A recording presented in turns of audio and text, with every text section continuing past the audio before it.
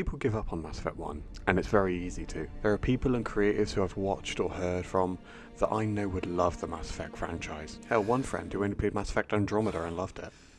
I won't disclose his name. I really want to emphasise first, Mass Effect 1 is not the perfect game. Because I also know too well that Mass Effect 3 isn't a perfect game either. But before experiencing the suicide mission, before experiencing Mass Effect 3's emotional payoff, people give up on the first game. But whether you're new to Mass Effect and don't want to give up, or you've given up convincing your friends to play it, I'm going to pitch to you my experience of Mass Effect, to those of you that don't have the patience for this.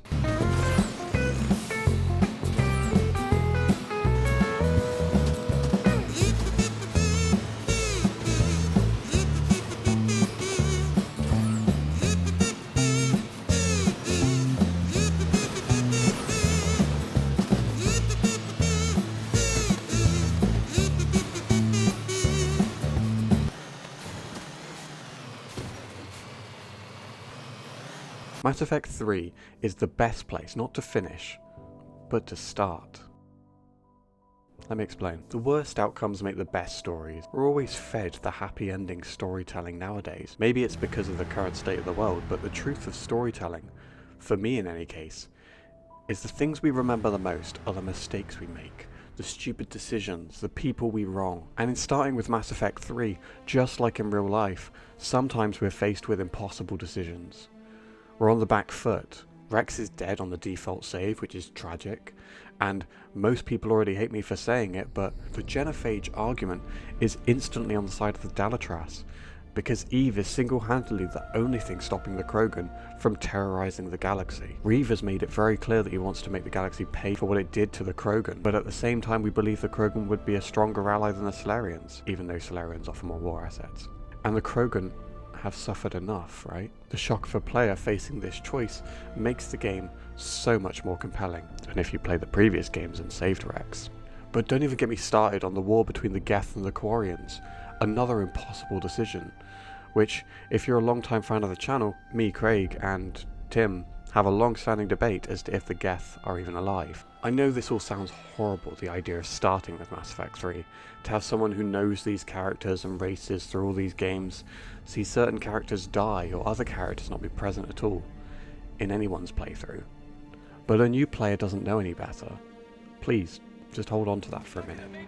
The ability to have an imperfect playthrough is the beauty of RPGs.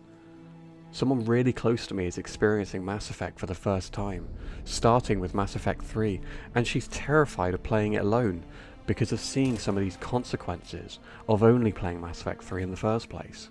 Maybe I sound like a psychopath, but getting that kind of reaction is why I love RPGs. When I started with Mass Effect 3, it wasn't the genophage or Geth Krogan tragedy, though, that made me fall in love with this series. It was the Mass Effect 3 ending. I killed everyone. A lot of people subscribe to indoctrination theory, because what is the point of this kid in the beginning of the game? Why is Shepard paying attention to him? Why does he matter?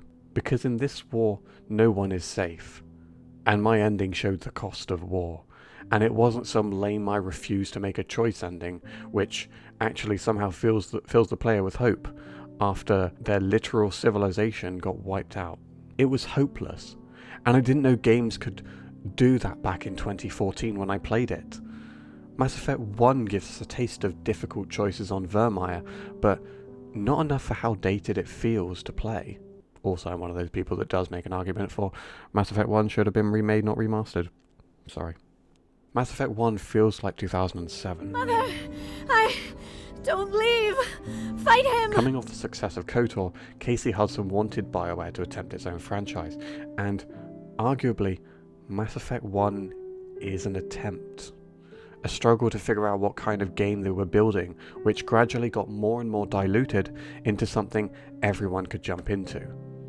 Mass Effect 1 found success back in the day, but all games had that sense of trying to figure out what they were doing in the first place. Uncharted was dumb fun in the beginning, with a taste of good storytelling, before Uncharted 2 started to pave the way for the perfect synthesis. See what I did there? In Uncharted 4. Mass Effect 1 was similar, with clunky mechanics, slow dialogue, and a world filled with a worrying amount of empty space for new players to jump into. To 100% Mass Effect 1, you have to traverse a lot of empty planets to reach Liara or Kaidan.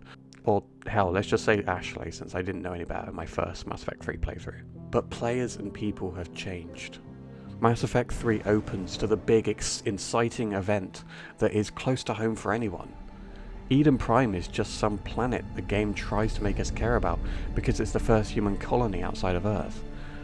But that's where most people are thrown off by sci-fi. It needs to hit closer than that to get them invested. What's closer than Reapers hitting Earth, after all?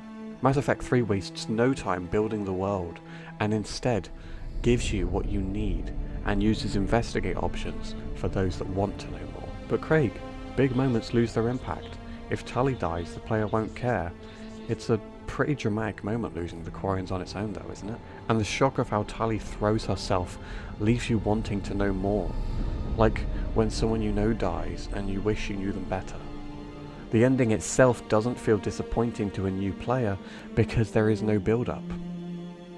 Don't worry, they will grow to hate it like you, but on that first playthrough, it feels like a truly satisfying climax and ending. And when the player does go back, it'll be a whole new experience. With DLC like Leviathan and the Citadel DLC, it helps to soften the blow of the red, green, blue ending controversy. Because at least the DLC takes into account the choices you make by giving everyone who lives a moment to really shine. Not to mention the extended cut and seeing real consequence at the end, adding those finishing touches that we didn't know were missing if we played the raw Mass Effect 3 before Mass Effect 1. Having experienced the full trilogy because of Mass Effect 3, I know how hard it is to watch someone do Grissom Academy with not Jack, or do Rannoch with not Legion. But if it's an entry point for new players, so they can go back to the old games to see what all the fuss is about, surely it's more than worth the downsides of starting with Mass Effect 3. I was afraid you wouldn't make it in time, Shepard. So if you're like me, and you still hunger for someone close to talk Mass Effect with in your personal life, consider having them start with Mass Effect 3. It worked for me. Let me know how it goes in the comments. It made me go back and play Mass Effect 3 for thousands of hours at least. This has been Craig from TK Games, signing off.